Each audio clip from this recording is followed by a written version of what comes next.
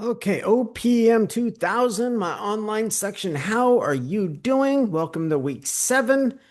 I would say good to see you, but I cannot see you. So that would be a lie. So I guess it's good to be seen by you. Anyway, this week, you're going to be learning about the value stream mapping. And I'm going to post some slides this week because I do have some slides that cover this.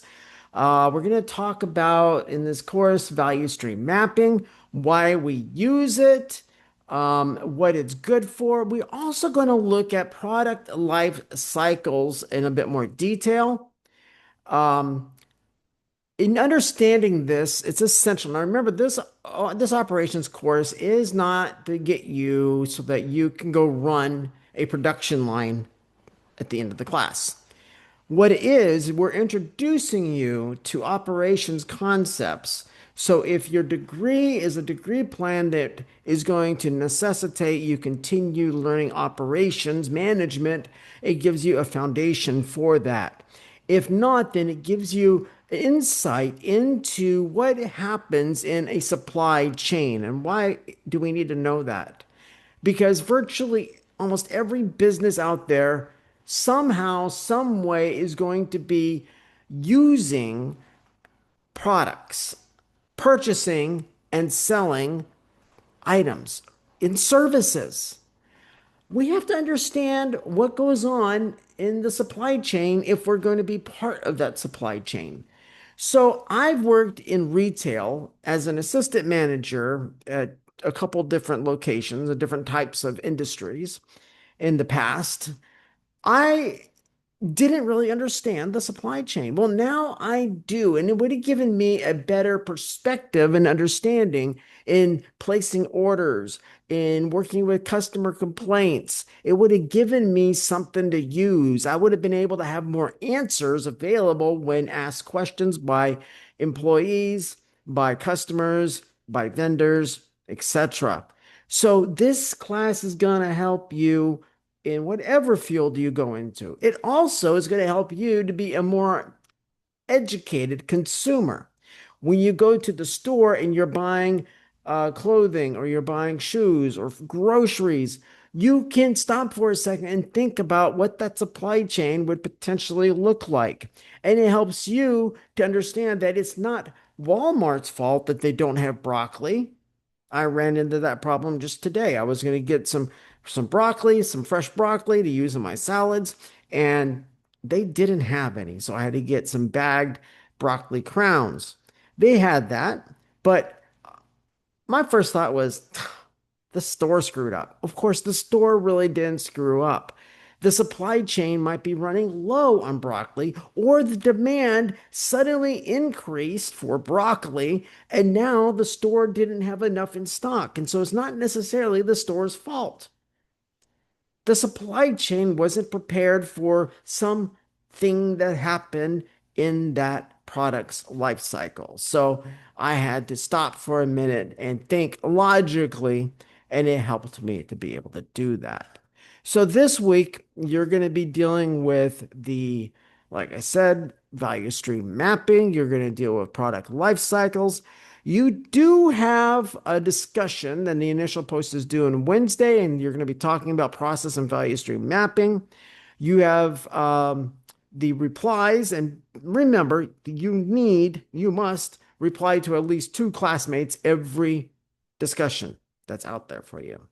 And this isn't a reply of, oh, yes, Jim, I agree with you. It is to be substantive. And that word means you are adding to the conversation. So bring in different sources, new information from different sources. And if you do that, make sure you use APA 7 citations and references, even in your replies. Offer a different perspective. Don't just agree with them. Say, yeah, normally I would agree with you, but have you considered this perspective? Somehow, in some way, we need to think of these discussions as two colleagues having a conversation logically, intellectually, academically about the subject. Some of you have been doing that in your replies, some of you have not. If you've been losing points and the replies are, you need to be more substantive in your replies, that's what I'm talking about. Some of you are doing great with your APA 7 citations and references. Some of you, you are not even including them. If you use material from a source and you do not cite it and reference it, that is stealing. That's theft. That's plagiarism. So in week 7, when I grade the work that you're going to be doing, I will be grading you even more harshly because you've had 6 weeks to get used to what I expect from you from your citations and your references. Now you need to do it. So citations go in every single sentence that you use material from a source. You include the source and the references one time. You can cite it as many times as you need to. But if you have a source listed in your references and no citations, APA 7 says that's a no-no because every reference must have the corresponding citations in the body of the work. So I've been giving you feedback. You need to be using it. Some of you have been, some of you have not been. But that's just a warning for you right now because I will be grading more harshly. Another thing on your assignments, cover pages. They're not just a good idea, they're essential. Include them. If you're writing a paper, use the template that's provided. The library has a writing an APA page. There's a template available there. The entire thing is already formatted for APA 7 general formatting. Just copy that into your computer, open up an instance of it, and do the paper that way. It's going to help you so everything is formatted properly. Now, APA 7 general formatting, that's how the page is set up. That's the spacing, double spacing, all that. APA 7 for citations and references. There are examples in the template, and there are examples on the student example paper, but there's also 2 drop-down menus on that same page at the library that show you how, through step-by-step instructions, how to properly reference the different source types using APA 7 and how to do the citations for those source types. So avail yourself to that. You're not being asked something that you don't have to do something without the tools to do it. You're given the tools.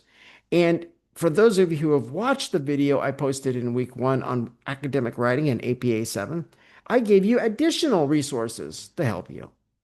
So I'm completely ethically justified in deducting a lot more points now because I gave you the information, I've been giving you feedback, and now I'm giving you the warning. It's time to do what you're supposed to do when you write your discussions and your assignments. So with that said, I'm not going to harp on that any further right now. I will see you in the discussion board. I'll see you in your assignments. If you have any questions, please send me an email. And you have a great week 7.